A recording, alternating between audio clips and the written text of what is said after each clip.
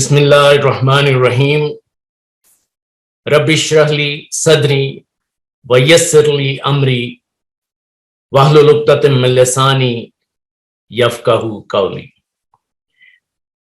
یہ حضرت موسیٰ کی دعا ہے جو بڑی ہی خوبصورت ہے اور ہم سب کو اس کا ادراک ہونا چاہیے کہ وہ کہتے ہیں کہ اے میرے رب، اے میرے نشو و نما دینے والے، میرے سینے کو کھول دے تاکہ میں سب کو سن سکوں اور میرے اندر اتنا زیادہ ڈیٹا آئے کہ میں ایک یونیورسل ریسیور بنتا چلا جاؤں۔ تو ویسر لی امری، اور میرے کاموں کو آسان کر دے۔ اس ڈیٹا سے میں different strategies, different ideas generate کروں اور اس سے میرے کام آسان ہوں گے۔ واحلل عقدۃ من لسانی، اور یہ میری جو لینگویج ہرڈلز ہیں، یہ جو گرے ہیں زبان کی، ان کو کھول دے۔ وہ کلڈے سیکس جو ہیومن کی سپیچ میں آتے ہیں وہ اسی لیے آتے ہیں کہ ان کا نالج کم ہوتا ہے، تو وہ کلڈے سیکس جو ہیں وہ ختم کر دے تاکہ میری سپیچ میں ایک روانی ہو، ایک تسلسل ہو۔ تو وہ کیوں ہو؟ وَيَفْقَهُوا قَوْلِي، تاکہ سننے والے جو ہیں وہ میری بات کو آسانی سے سمجھ سکیں۔ تو یہ میں ہر دفعہ اس کو دہراتا ہوں اور مجھے یہ بڑی خوبصورت بھی لگتی ہے۔ تو آج کا جو میرا ٹاپک ہے وہ ہے نفسیاتی بت پرستی، سائیکولوجیکل آئیڈل ورشپنگ۔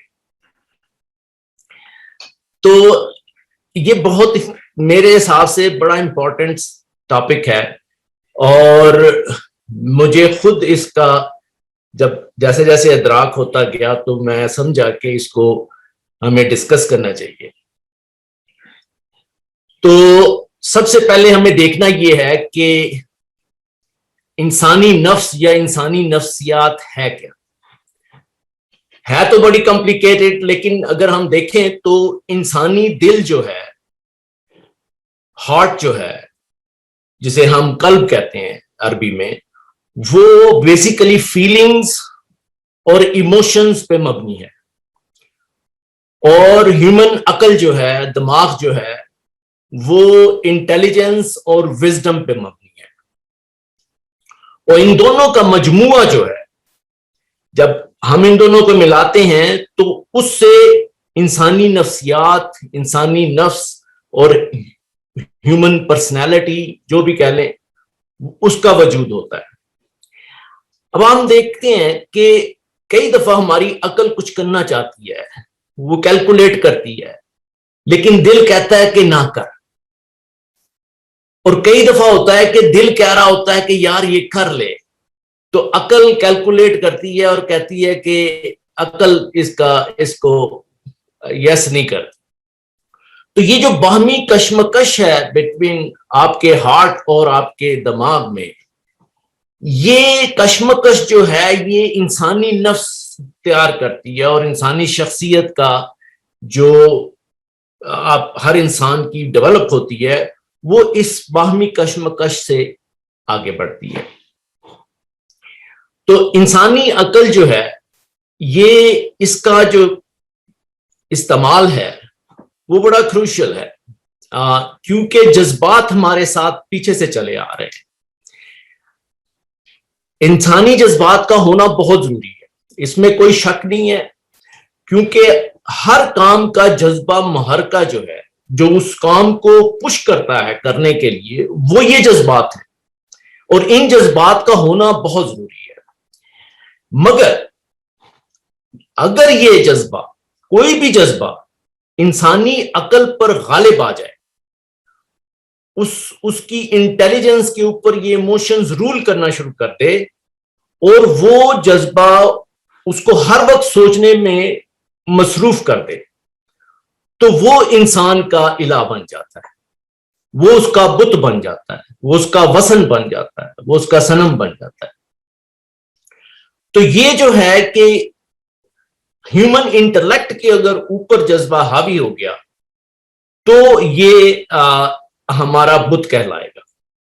جب تک تو وہ انسانی عقل کے تابع ہے، تو وہ ایک جذبہ ہے، ایک ایموشنز ہے، فیلنگز ہیں، ہر انسان کی ہوتی ہیں، لیکن ہمیں اس کا ادراک ہونا چاہیے. اسی لیے کہتے ہیں کہ جو اپنی حدود کو ٹرانسگریس کر گیا، جو اپنی لمٹس کو کراس کر گیا جذبہ، وہ الہ ہے. یعنی کہ حدود فراموش جذبات انسان کے جو ہیں وہ ہمارے الہ بن جاتے ہیں. اب ہم دیکھتے ہیں کہ قرآن میں جو ہے ان کو سمجھانے کے لیے اس نے کچھ الفاظ استعمال کیے ہیں، جیسے وثن ہے. وثن کی جمع اوثان، بت، الہ، اور صنم ہے جو کہ جس کی جمع اصنام ہے. اور صنم اور وثن میں فرق یہ ہے کہ وہ آئیڈلز ہیں، یہ وہ آئیڈل ہے جس کے ساتھ محبت کا جذبہ اٹیچ ہے، یعنی کہ بیلوڈ آئیڈلز. ہوتا ہے نا کئی کالی دیوی ایک خوف سے بھی بندہ خدا بنا لیتا ہے اور کئی پیار سے بھی بنا لیتا ہے، تو یہ وہ پیار والے. پھر کچھ تمثیل ہے، تماثیلز ہیں قرآن میں جو بتاتا ہے کہ یہ جو تصویریں ہیں، یہ جو پکچرز ہیں، یہ جو ایلیگوریز ہیں، یہ بھی جو ہیں انسان کے خدا بن جاتے ہیں. سمجھانے کے لیے اگر آپ دیکھیں کہ یہ جو ڈراماز ہیں، موویز ہیں، اور یہ اتنی پاورفل چیز ہے کہ ہم اس کا اندازہ نہیں کرتے کہ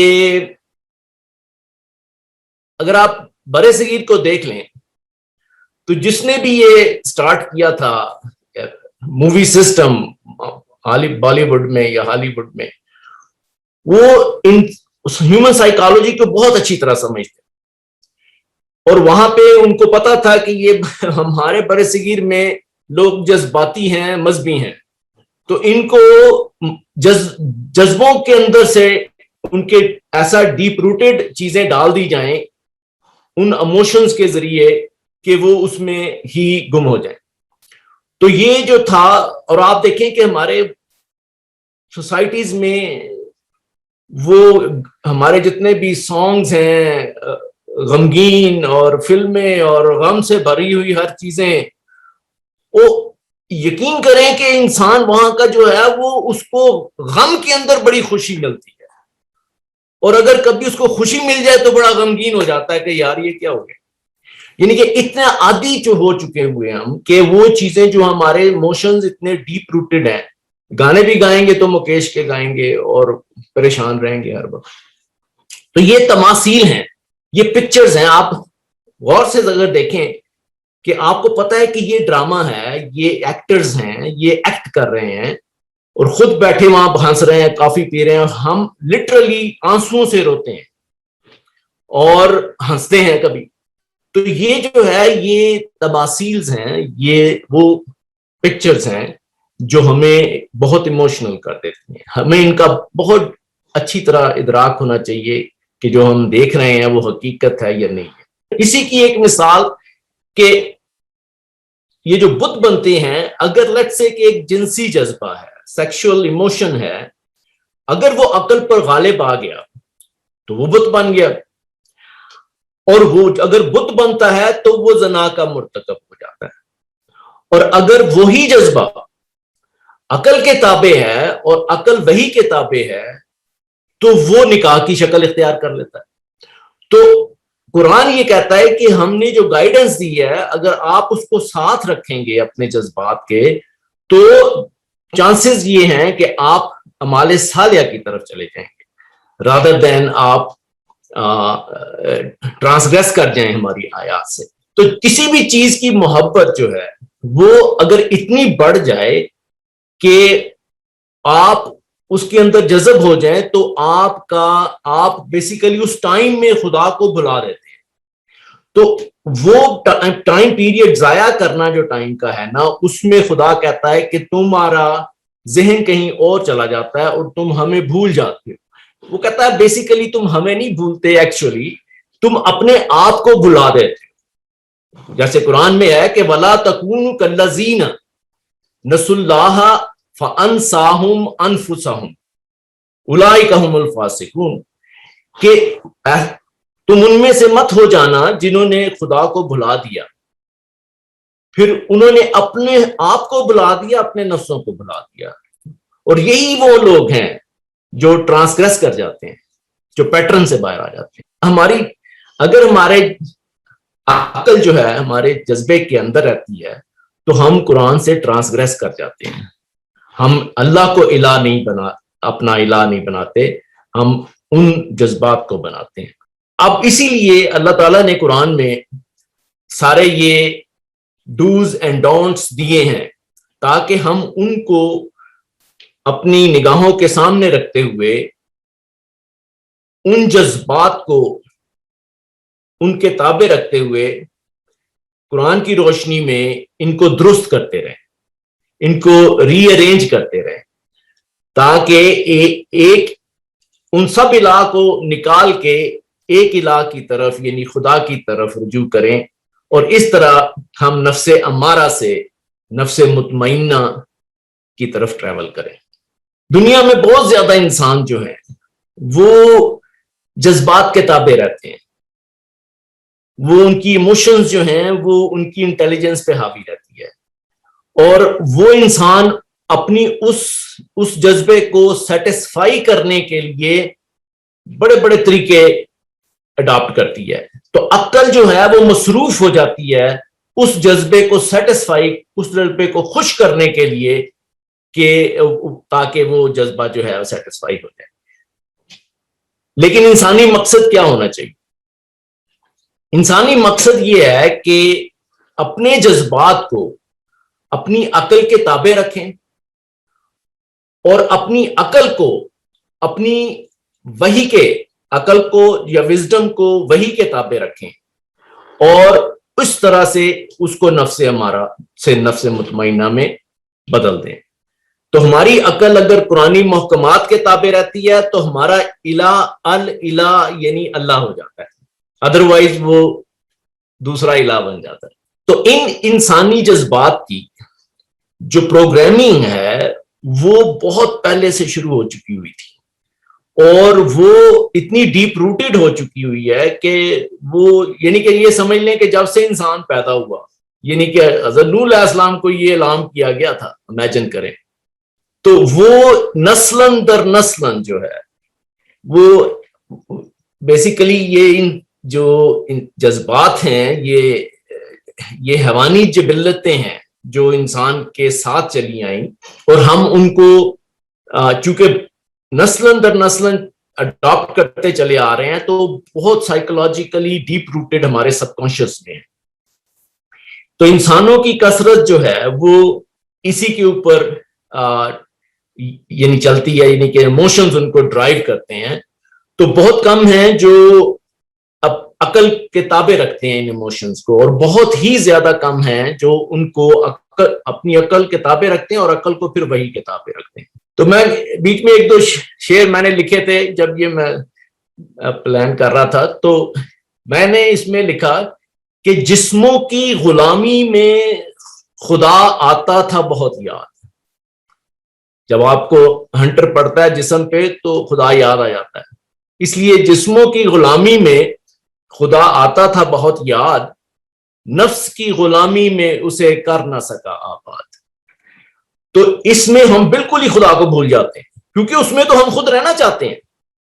وہ ایسی غلامی ہے کہ اگر آپ دیکھیں کہ وہ آپ اس میں زیادہ سیٹسفائی ہیں اور خوش رہتے ہیں، کوئی تکلیف نہیں ہے۔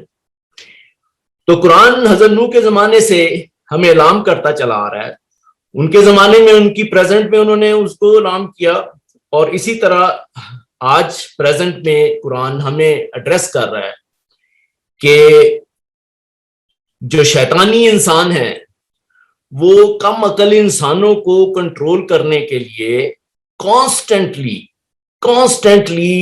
اسٹریٹجیز بناتے رہتے ہیں کہ کس طرح ان کو گریب کیا جائے، ان کے ایموشنز کو کنٹرول کیا جائے ڈیپ لیول کے اوپر۔ تو وہ خفیہ تدبیریں کرتے ہیں۔ تو اللہ تعالیٰ ہمیں قرآن میں یہ بتا رہا ہے کہ دیکھو، ایک تو میں خدا ہوں جو میں تمہیں ایک ایسا سیکرٹ بتانے جا رہا ہوں کہ اس کو بڑے دھیان سے سننا، اور خدا بتا رہا ہے تمہیں، یہ یاد رکھو، اور وہاں تم نہیں تھے، کوئی ایویڈنس نہیں تھا، میں شہادت دیتا ہوں کہ یہ ہوا. تو آپ دیکھیں کہ کتنی پاورفل چیز خدا ہمیں بتا رہا ہے کہ ایک ایسا راز جس سے تمہیں آگاہ کر رہا ہوں اور بتا رہا ہوں کہ اس سے کیسے نکلنا بھی.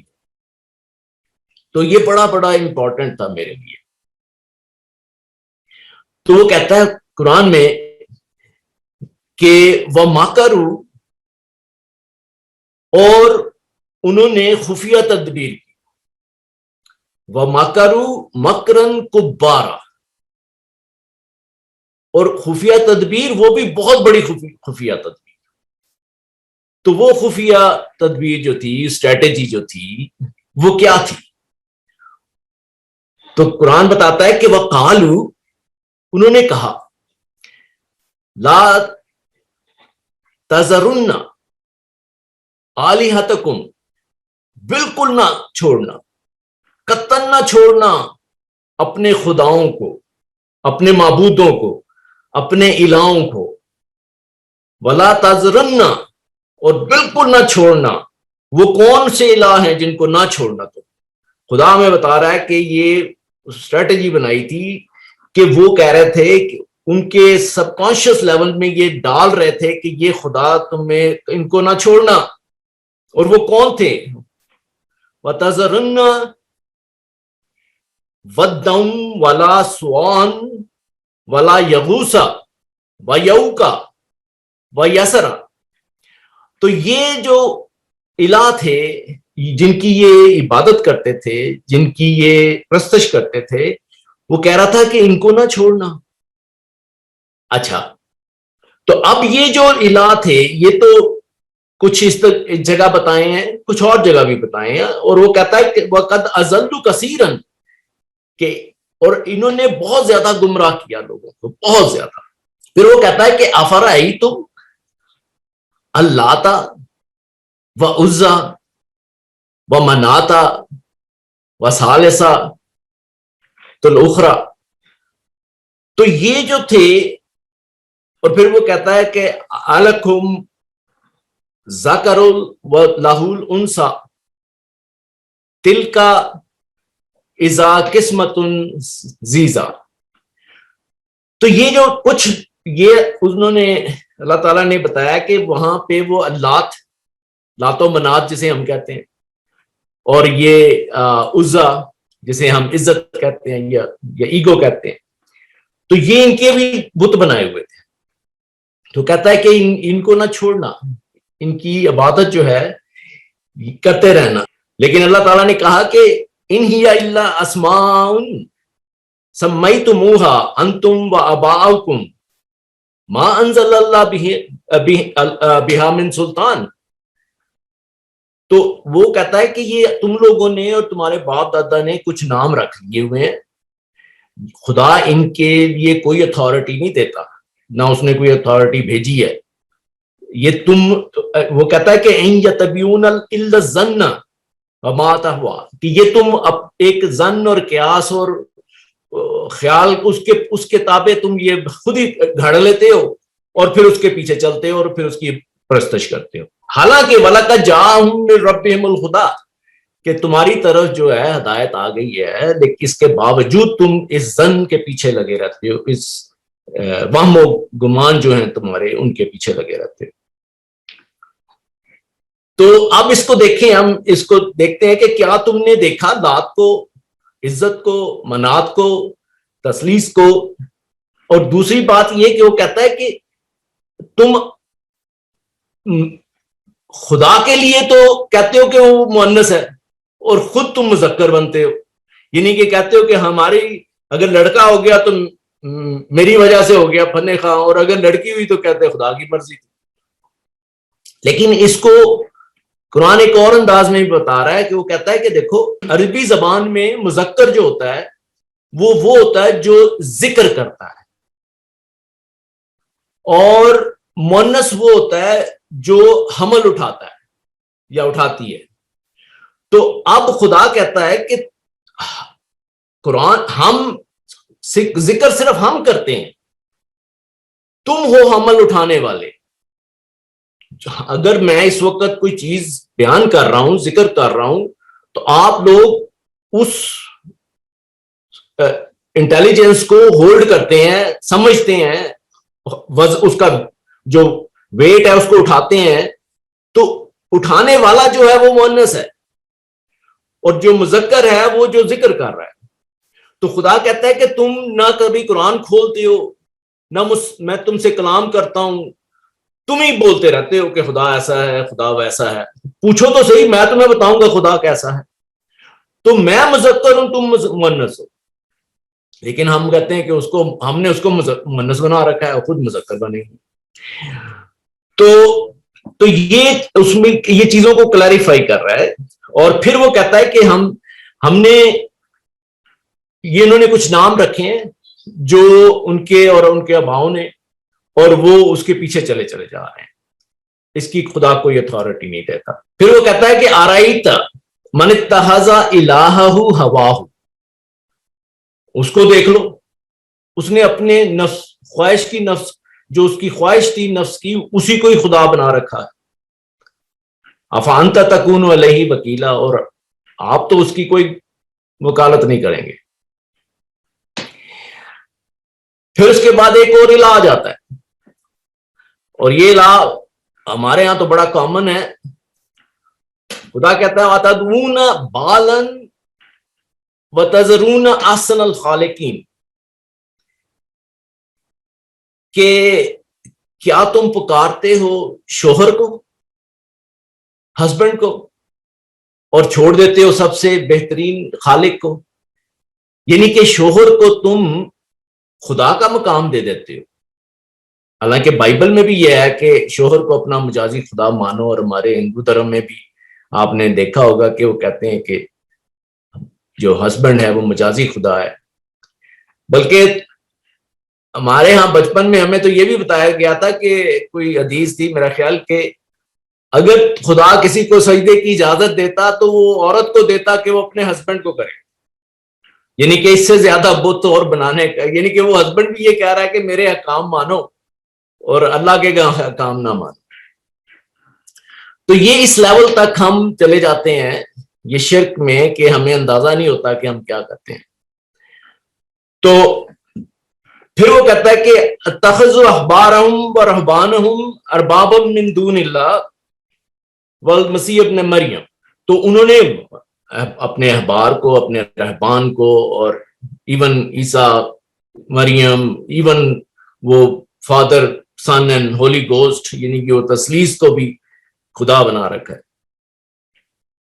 تو آج میں سوچ رہا تھا کہ ان کو ہم تھوڑا سا اس کی سائیکولوجیکل انالیسس کرتے ہیں کہ یہ جو الہ جو بھی ہم نے ڈسکس کیے ہیں قرآن میں، ان کو یہ کیا ہے.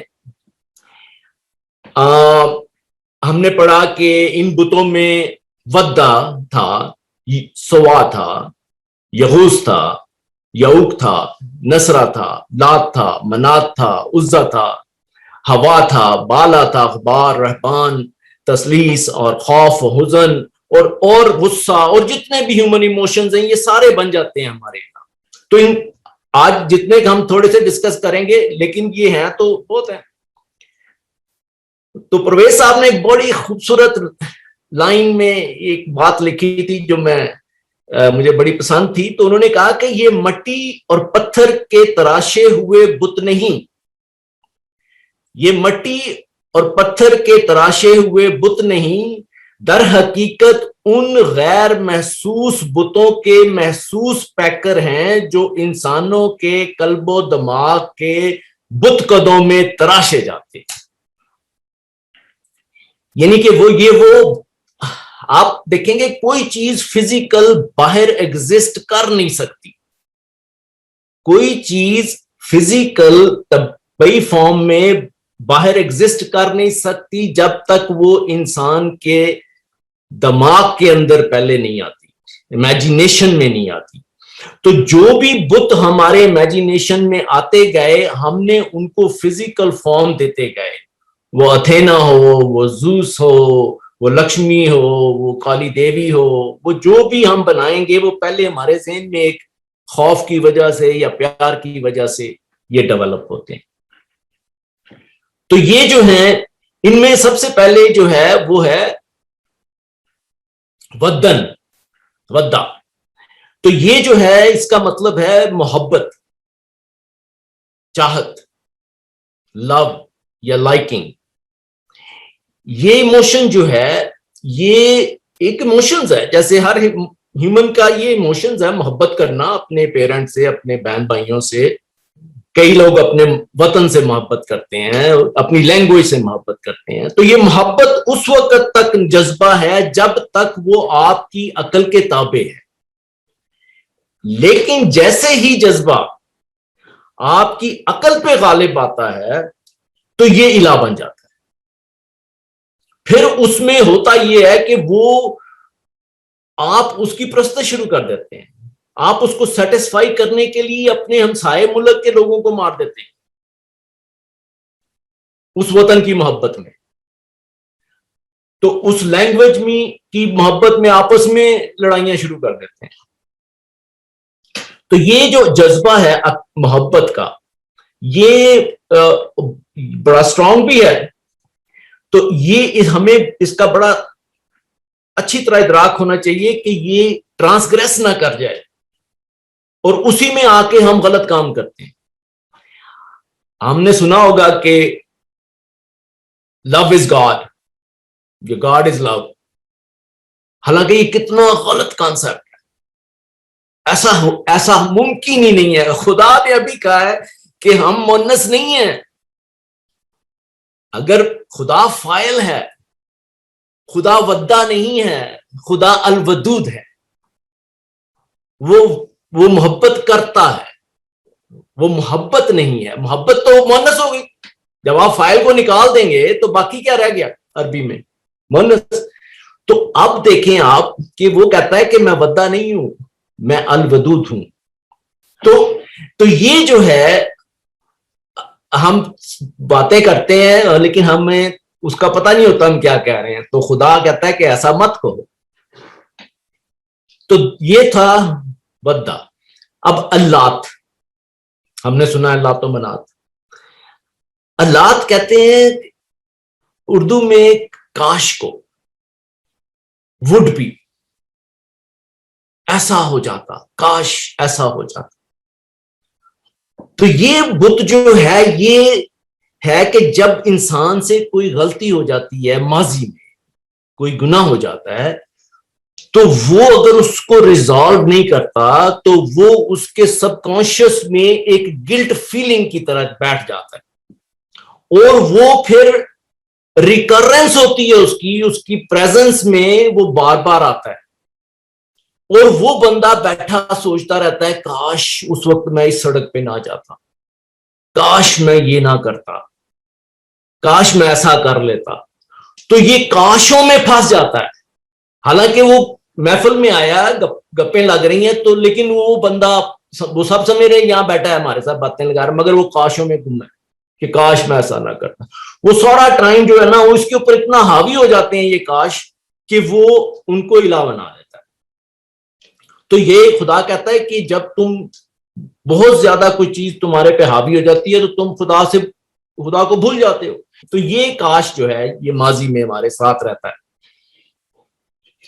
پھر اس نے کہا کہ منات جیسے ہمیں پتا ہے کہ یہ منت ماننا، تمنا کرنا، وشفل ڈیزائر جو ہوتی ہے کہ یا اللہ میرا ایسے ہو جائے، مجھے گاڑی مل جائے.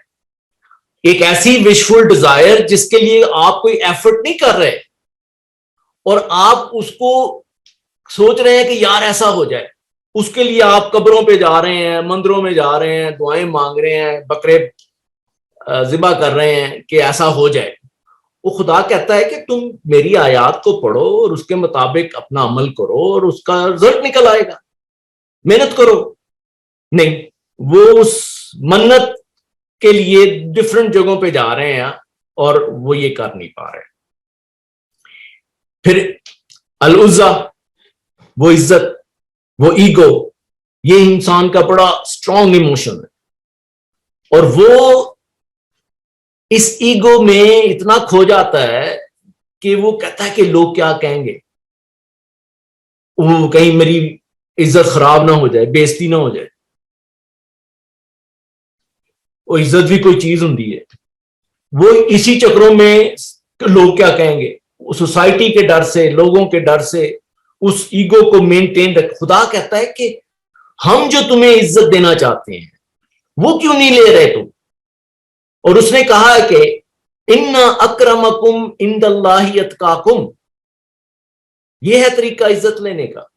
تو جتنی زیادہ تم ہماری قوانین کو فالو کرو گے اتنی عزت تمہیں ملتی چلی جائے گی. نہیں، وہ کہتا نہ میری عزت جو ہے میرے پاس گاڑیاں ہوں، گھر ہوں تو اس سے عزت ہے. تو وہ اس چکر میں لگا رہتا ہے. اس کے بعد وہ کہتا ہے کہ ہوا، خواہش جو ہے یہ اس کا ہونا ضروری ہے. یہ نہیں کہ ہر انسان کی خواہش ہوتی ہے، لیکن اس کو اپنی عقل پہ حاوی نہ کر لو، اس کے پیچھے نہ چل پڑو. اور خواہش، انسان تو خواہشات کا مجسمہ ہے. جیسے غالب نے کہا ہے کہ ہزاروں خواہشیں ایسی کہ ہر خواہش پہ دم نکلے، بہت نکلے میرے ارماں پھر بھی کم نکلے. تو یہ انسان جو ہے وہ ہر وقت خواہشات کے پیچھے لگا رہتا ہے. تو ہمیں کیئرفل رہنا چاہیے کہ خواہش جو ہے وہ ہماری جو اس عقل کے تابع رہے، اور عقل جو ہے وہی کے تابع رہے. اس کے بعد اگلا بت آتا ہے یعوس. یعوس جو ہے اس کا مطلب ہوتا ہے کہ مدد کرنے والا، ہیلپر. اب ہم دیکھتے ہیں کہ ہمارے برے صغیر میں کتنے غوث اعظم ہیں جن کے پاس ہم جاتے ہیں. ہر ایک کا غوث اعظم ہے کہ وہ غوث، وہ جو مدد کرنے والا ہے. خدا کہہ رہا ہے کہ ہم مدد کرنے والے ہیں، ہم کہتے ہیں نہیں وہ ادھر ہے غوث اعظم. تو اس کے پاس جاتے ہیں، تو ان سے مدد مانگتے ہیں. خود محنت کر کے، ایفرٹ کر کے، قرآن کو فالو کر کے ہم ان نتائج تک نہیں پہنچنا چاہتے جس پہ ہم جا سکتے ہیں، لیکن ہم ادھر ادھر ٹھوکریں کھاتے ہیں. پھر وہ کہتا ہے یعوق، اگلا آپ کا ہمارا خدا، وہ یہ ہے کہ وہ روکنے والا، جو دوسروں کو روکتا ہے، آگ کرتا ہے، اور خود اچھے کام نہیں کر رہا، لیکن جو اچھے کام کر رہا ہے، جو قرآن کے مطابق چلنا چاہ رہا ہے، اس کو بھی روک رہا ہے. اسی میں اپنا ٹائم ویسٹ کر رہا ہے اور دوسروں کا بھی ٹائم ویسٹ کر رہا ہے. اور اس کے بعد نصرہ. نصرہ کا ویسے تو عربی میں مطلب ہے گدھ یا ولچر، لیکن وہ اس انسان کو کہتے ہیں کہ جو دوسروں میں نقص ڈھونڈتا رہتا ہے، اس کی خامیوں پہ نگاہ رکھتا ہے. وہ کیوں رکھتا ہے؟ وہ اس میں سے نقص نکال کے خوش ہو جاتا ہے کہ میں اس سے بہتر ہوں، اور اپنے ان جو نقص اس کے اندر ہیں اس کو ٹھیک نہیں کر رہا، دوسروں کے نقصوں کو دیکھ کے اپنے آپ کو سیٹسفائی کر رہا ہے کہ میرے اندر کم ہے یا میں اس سے بہتر ہوں. حالانکہ ہیومن سائیکالوجی میں کارل ینگ نے یہ کہا تھا کہ جو دوسروں کی چیز تمہیں بادر کر رہی ہوتی ہے نا، ایکچولی وہ تمہاری اپنی پرابلم ہوتی ہے. اس لیے اگر تم نے ٹھیک ہونا ہے تو وہ چیز جو تمہیں بادر کر رہی ہے اس کو اپنے اندر ٹھیک کرو، باہر کی فکر نہ کرو. اس کی پرابلم نہیں ہے، یہ تمہاری پرابلم تھی. You are projecting. In human psychology میں اس کو پروجیکشن کہتے ہیں. تو یہ بڑا انٹرسٹنگ ہے کہ ہم جس چیز سے ہمیں الجھن ہوتی ہے دوسروں سے، تو وہ ہماری ایکچولی پرابلم ہے، اس کی نہیں ہے. تو وہ ہے نصرہ. یہ وہ بت ہے جو ہم جس کے اندر الجھے رہتے ہیں.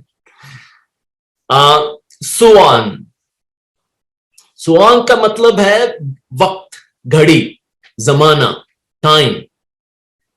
اور ہم نے سنا ہوگا کہ ہم بچپن سے مجھے یاد ہے کہ وہ کہتے ہیں یار زمانہ جو ہے وہ آپ کو سکھا دے گا، زمانہ جو ہے وہ ٹھیک کر دے گا.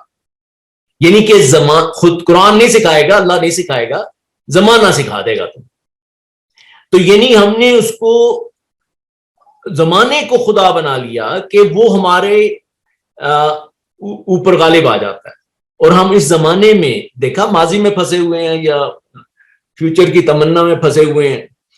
تو ہم ان زمانوں میں پھنس جاتے ہیں. وہ کہتا ہے حال میں آؤ, حال میں آ کے قرآن کی آیات کو فالو کرو اور زمانے کو جنم دو, خود تخلیق کرو اس کی, جیسے اقبال نے کہا ہے. تو اس سے بچو. وہ کہتا ہے اس سے نکلو, یہ بڑا خطرناک ہے. بالان, یہ دوسرا ایک اور خدا آ گیا, شوہر, ہسبینڈ.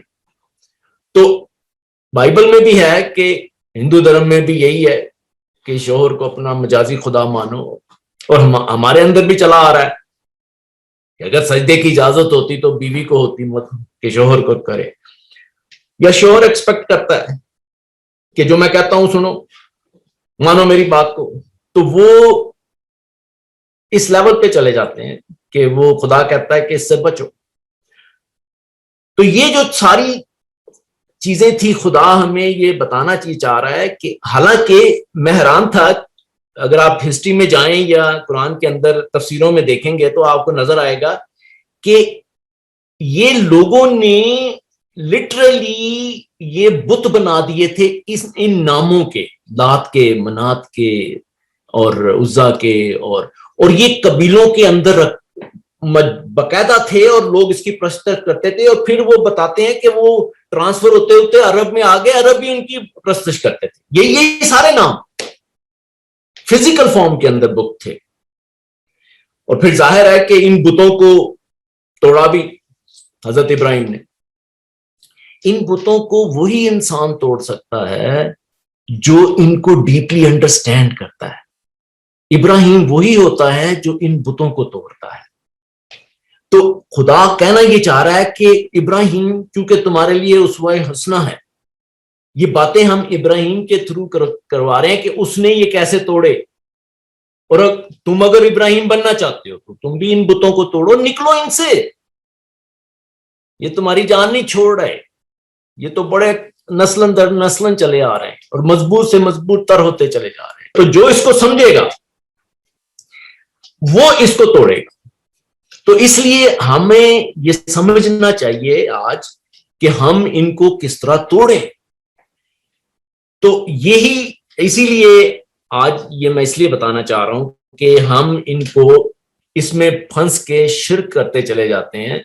ان کو ہمیں آہستہ آہستہ, جسے کہتے ہیں نا کھا جانا چاہیے, جیسے ہم غصے کو کھا جاتے ہیں, نگل جاؤ یار کوئی بات نہیں, سوالو کر لے. تو یہ چیزیں جو ہیں ان کو ہم کس طرح ان کو نکالیں. تو میں نے یہ لکھا تھا کہ مندر کا وسن توڑا بھی تو کیا حاصل, مندر کا وسن توڑا بھی تو کیا حاصل, باطن کے اصنام گر ٹوٹے تو ہے براہم. اگر ہم اپنے اندر کے بتوں کو توڑتے ہیں تو تب ہم ابراہیم ہوتے ہیں. تو اب دیکھتے ہیں کہ حضرت ابراہیم نے ان کو کیسے توڑا. تو اب اس میں سب سے امپورٹنٹ جو چیز ہوتی ہے وہ ہوتی ہے کہ آپ کی سیلف ریئلائزیشن.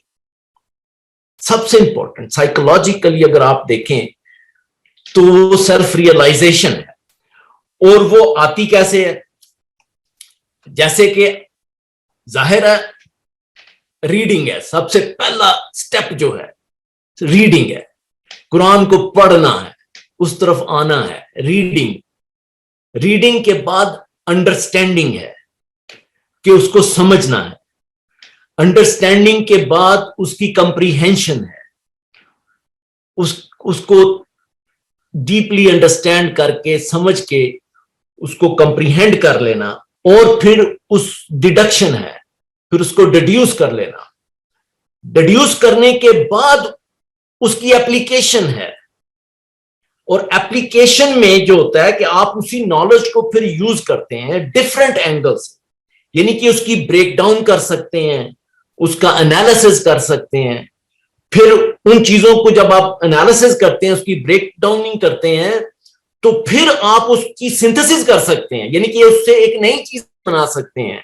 اس کو سنتھسائز کریں اور اس کے بعد اسی نالج کو آپ مختلف طریقوں سے یوز کر کے پھر آپ ایویلویٹ کرتے ہیں.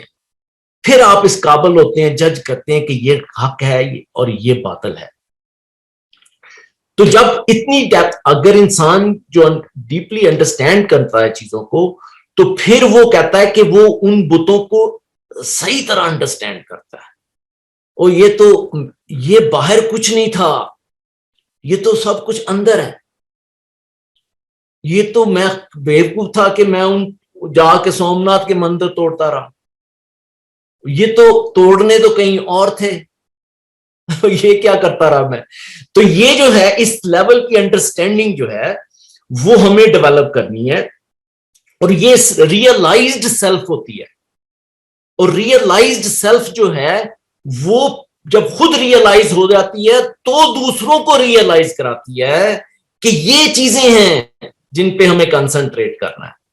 ابراہیم جب خود ریئلائزڈ تھا تو وہ پھر گیا اپنے آبا کے پاس, ٹھیک, تو اس کو کہتا ہے کہ یہ تم کیا کر رہے ہو, میں تمہیں اور تمہاری قوم کو ایک بڑی کھلی گمراہی میں دیکھ رہا ہوں کہ تم اپنے ہاتھ سے ہی کچھ چیزیں بناتے ہو اور پھر انہی کے سامنے سجدے کرتے رہتے ہو, اعتکاف میں چلے جاتے ہو, بیٹھے رہتے ہو گھنٹوں گھنٹوں, کیا ہو گیا تمہیں. تو یہ وہ چونکہ خود ریئلائز ہے اس لیے وہ ان کو بتانا چاہتے ہیں کہ اس سے نکلو. اب یہاں میرے ذہن میں ایک وہ آ رہی ہے ایک بات, میں اس سے پہلے کہ آگے جاؤں میں آپ کو تھوڑا سا بریف کر دوں کہ میجورٹی جو ہوتی ہے نا وہ لیولز ہیں یہ ہیومن لرننگ کے یا تھنک اس کے, تو وہ کہتے ہیں کہ پہلی چیز جو میجورٹی جس پہ رہ رہی ہوتی ہے وہ انکانشیس انکمپٹنس ہوتی ہے, وہ انکانشیس انکمپٹنس پہ رہ رہے ہوتے ہیں. پھر ان کو سمجھاؤ تو تھوڑی سی سمجھ آنی شروع ہوتی ہے تو وہ کانشیس انکمپٹنس پہ آ جاتے ہیں. ابھی تھوڑے سے کانشیس ہے لیکن کیپیبل نہیں ہے کہ اس کو کر سکیں, تو کانشیس انکمپٹنس پہ آتے ہیں. پھر وہ کانشیس کمپٹنس پہ آتے ہیں. اب وہ کانشیسلی بھی سمجھتے ہیں اور کیپیبل بھی ہو جاتے ہیں کہ وہ کچھ کر سکیں. تو پھر وہ جب کانشیس کمپٹنس میں آ کے اس عمل کو کرتے ہیں, جن کے پچھلی چیزیں جو غلط تھیں ان کو نکال دیتے ہیں اور کوئی نئی چیزیں اڈاپٹ کرتے ہیں, ان کی پھر وہ ریپیٹیشن کرتے ہیں, اور ریپیٹیشن کر کے اس کو ایک ہیبٹ بنا کے انکانشیس میں ڈال دیتے ہیں. اس کو کہتے ہیں انکانشیس کمپٹنس. یہ اچھی ہوتی ہے, انکانشیس کمپٹیشن بڑی اچھی ہوتی ہے. وہ اس لیے کہ وہ اب آپ کی ہیبٹ بن جاتی ہے, اور پھر وہ آپ کو ایک نئی, پہلے جو آپ غلط کر رہے تھے اب اس کو صحیح کر کے اس کی ہیبٹ بنا کے آپ نے جب انکانشیس کو دے دی, اب وہ آٹومیشن میں چلی گئی. اب آپ وہ خود ہی ہر ڈیلی بیسس پہ وہ آپ اچھا کر رہے ہیں, پہلے برا کر رہے تھے. تو یہ پروسیسز ہیں جو کہ ہیومن سائیکالوجی میں جو ان بتوں کو سمجھنے کے لیے, ان خداؤں کو جو ہمیں گریب کیے ہوئے ہیں, ہمیں بھی ان کے لیول پہ جا کے سمجھ کے ان کو پھر توڑنا ہے. یہ ہے اصل مقصد اس کا کہ ہمیں ابراہیم نے بھی پرابیبلی یہ ساری جو ڈیپ انڈرسٹینڈنگز ہیں یہ اسی لیے تھیں کہ وہ ان کو ہم کس طرح توڑیں. تو اب اس کے لیے ہمیں یہ دیکھنا ہوگا کہ جیسے ہم نے کہا کہ شخصیت جو ہوتی ہے, انسانی نفس جو ہے وہ دو چیزوں کا مجموعہ ہے. ایک تو اس کی انٹیلیجنس ہے اور ایک اس کے ایموشنز ہیں. ہمیں ان دونوں کو سیپریٹ رکھنا ہے. اب ان کو نا آپ سمجھیں کہ یہ دو اینٹی ہیں, جیسے آپ کا کانشیس اور سب کانشیس ہے. تو جب آپ کانشیسلی اپنے سب کانشیس سے باتیں کرتے ہیں تو آپ اندازہ کریں وہ کتنا خوبصورت لمحہ ہوتا ہے. آپ جب سالیٹیوڈ میں جاتے ہیں اور خود آپ تنہائی میں ہوتے ہیں اور تنہا نہیں ہوتے, آپ اپنے سب کانشیس سے باتیں کرتے ہیں, تو دیٹ از دا ٹائم جو آپ کا ریئل ٹائم ہوتا ہے. تو اسی طرح ہی ہمیں ان دونوں چیزوں کو سیپریٹ کر لینا کہ جذبات کو اور اپنی عقل کو. اب انٹیلیجنس جو ہے وہ یہاں بیٹھ کے اپنے جذبات کو دیکھے اور یہ مجھے کنٹرول کر رہا ہے, یہ میرے سے کچھ علیحدہ چیز ہے. تو جب آپ اس کو اس طرح اس اینگل سے اس سے باتیں کریں گے تو تب آپ سمجھیں گے کہ یہ غصہ یہ اینگر یہ میرے مد مقابل آ گیا ہے، یہ مجھ سے پاورفل ہے، نہیں یہ کیسے ہو سکتا ہے؟ تو عقل جو ہے پھر اس سے لڑائی کرے گی، جب وہ لڑائی کرے گی تو پھر اس کو پیٹھ دکھائے گی، پھر وہ اس پہ حاوی نہیں ہوگا غصہ، پھر وہ اس کو یعنی کہ اس کو ڈومینیٹ کر جائے گی عقل اس کو۔ تو ڈومینیٹ خدا بھی یہی کہتا ہے کہ اس نے کہا ہے قرآن میں کہ القاظمین الغیظ، کہ جب غصہ تمہاری طرف آئے تو تم تیار رہو کہ اس کی قضامت کر دو، اس کو سبلیمیٹ کر کے اس کو غائب کر دو، اور اس پاور کو جو ہے کسی اور پروڈکٹیو کام کے لیے یوز کر دو۔ تو یہ چیزیں تھیں جس سے وہ ابراہیم نے ان بتوں کو توڑا۔ اب ہم دیکھتے ہیں کہ یہ جو ہمارے جذبات ہیں، لیٹ سے ایگزامپل کے طور پہ آپ ایک بت بنائیں،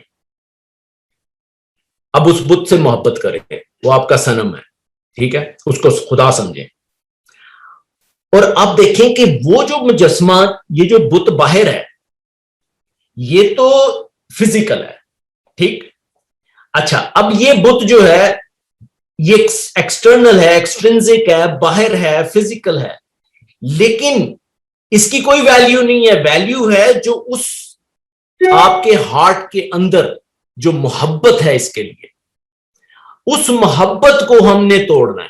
اصل جو توڑنا تھا وہ اس محبت کو تھا، نہ کہ باہر کے مجسمے کو۔ تو اب ہم جب اس طرح اس کو دیکھیں گے تو ہم اس بت کو، جب آپ اس کی محبت کو ختم کر دیتے ہیں اپنے اندر سے، تو وہ اس ویلیو لیس ہو جاتا ہے، وہ اس کی کوئی ویلیو نہیں رہتی۔ تو آپ نے کوئی کسی چیز سے محبت ہے، آپ نے فراری گاڑی لینی ہے، جب آپ سمجھ جاتے ہیں کہ یہ ایک تھنگ ہے، ایک فزیکل چیز ہے، تو وہ آپ کے لیے بیکار ہو جاتی ہے۔ یا کوئی بھی چیز جو باہر ہے جب تک آپ کی جیب میں نہیں آتی وہ اس کی ویلیو ہے، جب جیب میں آ جاتی ہے تو اس کی کوئی ویلیو۔ تو اس طرح سے ہم نے ان آہستہ آہستہ ان بتوں کو توڑنا ہے، ان کو کھانا ہے۔ تو اب خدا نے، اقبال نے بھی اس کو سمرائز کیا ہے اسی پروسیس کو، وہ کہتا ہے کہ این سنم تا سجداش کر دی خداست، جب تک تم اس صنم کو، اس بت کو سجدہ کرتے رہو گے یہ خدا ہوتا ہے، چوں یقی اندر قیام آئی فناست، جیسے ہی تم اس کے سامنے کھڑے ہوئے اور یہ فنا ہو گیا۔ تو یہ طریقہ ہے اس کو فنا کرنے کا۔ تو اب ہم دیکھتے ہیں کہ حضرت ابراہیم نے کیسے کہا، کہ انہوں نے کہا اپنے فادر سے، وَإِذْ قَالَ إِبْرَاهِيمُ لِأَبِيهِ آزَرَ أَتَتَّخِذُ أَصْنَامًا آلِهَةً إِنِّي أَرَاكَ وَقَوْمَكَ فِي ضَلَالٍ مُبِينٍ۔ جب ابراہیم نے اپنے فادر آزر سے کہا کہ کیا تو بناتا ہے ان بتوں کو اپنا الہ، میں تمہیں اور تمہاری قوم کو بڑی گمراہی میں دیکھ رہا ہوں۔ تو سب سے پہلے تو یہ ایک ریئلائزیشن کریٹ کر رہا ہے، ٹھیک ہے نا، خود ریئلائز ہو چکا، اب وہ اپنے باپ کو، اپنی قوم کو ریئلائز کرا رہا ہے کہ یہ جو تم کر رہے ہو یہ تو بڑا عجیب سی چیز ہے، خود ہی اپنے ہاتھ سے کچھ تراشتے ہو۔ اس قال لأبیہ وقومہ ما ھذہ التماثیل التی انتم لہا عاکفون، کہ یہ تم کچھ تصویریں، کچھ مورتیاں بنا لیتے ہو اور پھر ان کے اتقاء پہ بیٹھ جاتے ہو۔ تو یہ کیا طریقہ ہے؟ ہم نے دیکھا ہے کہ اتقاء میں بیٹھے ہوئے ہیں، وہ پرستش کرے چلے جا رہے ہیں۔ پھر وہ کہتا ہے کہ قالا اتعبدون ما تنحتون، کہ تم ان کی عبادت کرتے ہو جس کو تم خود تراشتے ہو۔ یہ خود اپنے ہاتھوں کے بنائے ہوئے خداؤں کو آج بھی ہم اگر غور سے دیکھیں تو ہم ان ہاتھوں سے ووٹ ڈالتے ہیں، ان ہاتھوں سے ووٹ ڈال کے ایک بت کریٹ کر لیتے ہیں، اور پھر وہ بت ہمارے اوپر غالب آ جاتا ہے، اور اس کو اگلے 4-5 سال جو ہے نا وہ اس سے منتیں، ان کے سجدے، ان کو خدا جان چھوڑ ہماری، اسی میں لگے رہتے ہیں 5 سال۔ ہمارے سارے اگلے سال جو ہیں وہ پہلے اپنے ہی ہاتھوں سے اس کو گڑا، اس کو بنایا، اور پھر اسی سے منتیں اور گڑ گڑا کے دعائیں مانگ رہے ہیں کہ یا اللہ یہ چلا جائے، یا اللہ مہنگائی ہو گئی، یا اللہ یہ ہو گیا، یا اللہ وہ ہو گیا۔ تو یہ ساری چیزیں جو ہیں ہم خود ہی کر رہے ہیں، یہ کوئی حضرت ابراہیم کی بات نہیں ہے، آج بھی ہم اپنے ہاتھوں سے یہ بت گھڑتے ہیں، اور پھر اس کے اعتکاف پہ بیٹھ جاتے ہیں. تو یہ پرانی یہ کوئی اساطیر الاولین نہیں ہے. خدا کہتا ہے یہ تو تمہاری اپنی روز کی کہانی ہے. وقالا انما اتخذتم من دون اللہ اوثانا مودۃ بینکم فی الحیات الدنیا. اور ابراہیم نے کہا یقیناً تم نے اس دنیا کی زندگی میں اللہ کے علاوہ بتوں کو آپس کی محبت کا ذریعہ بنا لیا. یعنی کہ اس دنیا میں آپس کی محبت، دیکھیں اس دنیا میں آپس کی محبت جو ہے وہ تمہیں بت تراشی پہ مائل کرتی ہے. یہ کیا بات کہی گئی؟ تو وہ کہہ یہ رہا ہے کہ جو آپس کی محبت ہوتی ہے نا وہ ہمیں باطل کا ساتھ دینے پہ آمادہ کرتی ہے. مثلا میرا ایک دوست ہے، میری اس سے محبت ہے، وہ دوست نے غلط کام کر دیا، اب وہ چاہ رہا ہے کہ میں اس کا ساتھ دوں محبت میں کہ یار وہ آجا ذرا میں پھنس گیا ہوں یہاں پہ. تو اب غلط کام ہم چونکہ محبت میں کرتے ہیں، ہر الٹا کام جو ہے وہ محبت کے اس کے اندر آ کے کر رہے ہیں. تو محبت جو ہے وہ دنیا میں ہمیں بت پرستی کی طرف لے جاتی ہے. اب دیکھیں نا کہ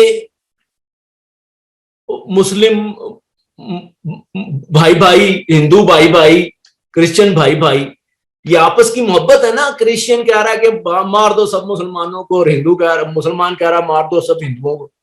تو یہ آپس کی محبت جو ہوتی ہے، یہ اس محبت کو قائم رکھنے کے لیے ہم غلط کام کر رہے ہیں. تو وہ کہتا ہے یہ کیا تم کر رہے ہو؟ اب وہ کہتا ہے کہ وَتَاللَّهِ لَأَكَيْدَنَّ أَصْنَامَكُمْ بَعْدَ أَن تَوَلُّوا مُدْبِرِينَ.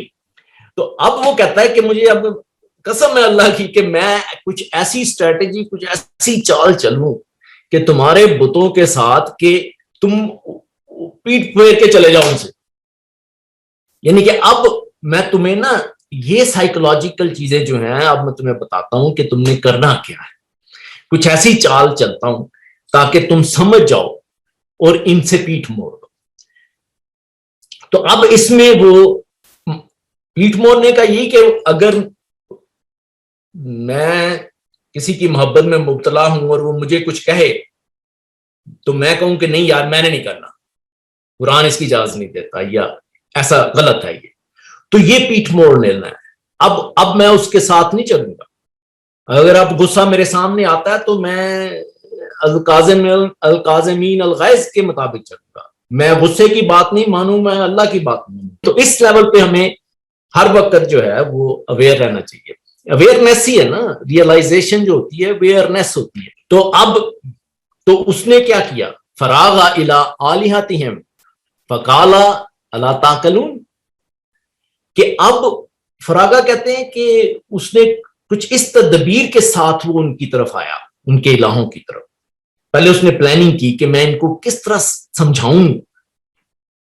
یہ بڑا مشکل کام ہے. آپ اسی لیے اللہ تعالیٰ جب حضرت ابراہیم نے کہا نا کہ یار یہ تو بڑا سا مشکل سا کام ہے، میں اسے کیسے کروں، تو اللہ تعالیٰ نے کہا کہ کچھ وہ جو پرندے ہیں نا، پرندوں کو سدھانا بڑا مشکل ہوتا ہے، بڑا صبر آزما کام ہے.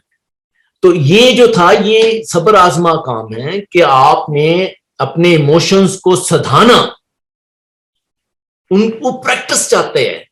اس سلولی اس کو کھانا ہوتا ہے، اس کو چبانا ہوتا ہے، اس کو نگلنا ہوتا ہے. تو اسی لیے وہ کہتا ہے کہ تم کھاتے نہیں. تو یہ خود سوچو کہ اگر غصہ آ جاتا ہے تو وہ کبھی ٹھنڈا بھی ہوتا ہے، کبھی تم اس کو کھا بھی جاتے ہو، نگل جاتے ہو. تو مالکم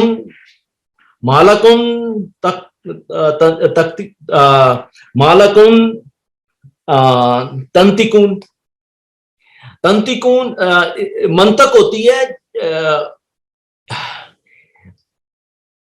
وہ آواز جس کی سمجھ آئے. ایک آواز ہوتی ہے صوت وہ ہوتی ہے جو جس کی سمجھ نہ آئے، اور جو جانوروں کی آوازیں ہیں. یہ اسی لیے جو کہتا ہے نا شیطان جو ہے وہ صوت کے ذریعے آئے گا. وہ ایسی آل فلور بولتے ہیں سارا دن ٹی وی کے اوپر بڑ بڑ بڑ بڑ بڑ بڑ کرتا چلائے گا، اس میں کوئی حقیقت نہیں ہوتی، وہ صوت ہوتی ہے ساری، اس میں کوئی لاجک نہیں ہے، کوئی ریزن نہیں ہے. اور وہ بولے چلے جا رہے ہیں, ڈلیور کرے چلے جا رہے ہیں. آج کہہ رہے ہیں یہ ہو گیا, کل کہہ رہے ہیں ایسپرین خراب ہے, پرسوں کہہ رہے ہیں ایسپرین اچھی ہے. یہ سارا اس طرح یہ چلتے جا رہا ہے. تو وہ کہتا ہے کہ یہ جو تمہیں کیا ہو گیا ہے, تم عقل سے وضاحت سے کام نہیں لیتے, کچھ ایسی باتیں کرو جو جس سے تم ان کو ختم کر دو. فراغ علیہم, پھر وہ اسٹریٹجی بنا کے آتا ہے اور پھر ضربن بالیمین. اب ہمارے ترجموں میں بھی یہ بھی آتا ہے کہ وہ انہوں نے اپنے رائٹ ہینڈ سے ان کو توڑ دیا. اب یمین جو ہوتا ہے یہ ایمان کی جمع بھی ہے, تو یا رائٹ بھی سچائی کو کہتے ہیں. تو انہوں نے اس ایمان کی قوت سے پھر ان کو ضرب لگا دی, یعنی کہ اس کی وضاحت کر دی ان باتوں کی جو ان کو سمجھ نہیں آ رہی تھی.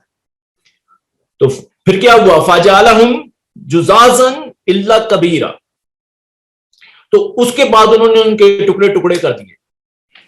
ٹھیک, اب ٹکڑے ٹکڑے کر دیے, ایک بڑے کو رہنے دیا. اب آپ اس کو دیکھیں کہ جب ابراہیم نے باقی بتوں کو ٹکڑے ٹکڑے کر دیا تو سب باقی کیا رہ گیا, سب سے بڑا بت. اور سب سے بڑا بت ہمارا کون سا ہے؟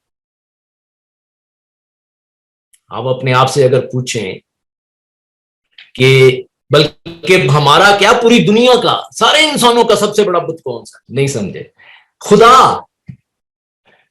خدا ہم سب کا بت ہے, ساری دنیا کے انسانوں کا. وہ ہاللویا کہہ رہے ہیں, وہ کہہ رہا ہے بھگوان, ہم کہہ رہے ہیں خدا. تو خدا کہتا ہے کہ تم نے مجھے بت بنا رکھا ہے, نہ تم نے کبھی کتاب کھولی, نہ تمہیں سمجھا کہ میں کیا ہوں.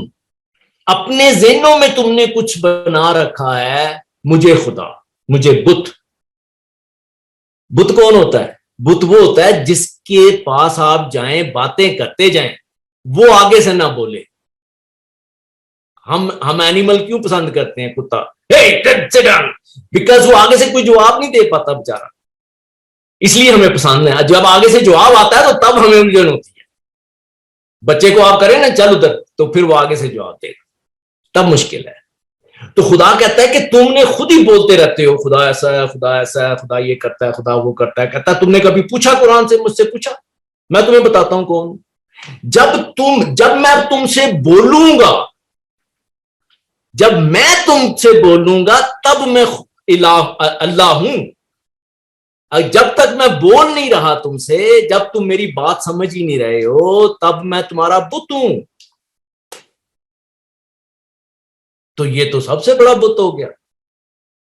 تو یہ اب وہ کہتا ہے کہ جب قرآن کو پڑھو گے, مجھے سمجھو گے, میں تمہیں خود بتاؤں گا, لٹرلی کلام کروں گا, تب اب تم میرے سے کوشچن کرو گے, ٹھیک ہے نا, ادعونی استجب لکم, تم مجھے پکارو پھر میں جواب دوں گا. وہ تو جواب ہی نہیں دیتے قبروں کے اندر سے, وہ تو نہیں دیتے. پتھر کے بت, جیسے وائٹ ہیڈ نے کہا تھا کہ بت پرستی تو وہ ہوتی ہے کہ جب کوئی ایک انسان یا انسانوں کا گروہ یا نیشن ایز اے ہول جس سچویشن میں, جس انوائرمنٹ میں رہ رہی ہو, اس میں سیٹسفائی ہو جائے, یہ بھی بت ہے. تو وہ اب خدا نے اس کو سمجھا دیا کہ یہ ایک پتھر ہے, اس کی پوجا نہ کرنا.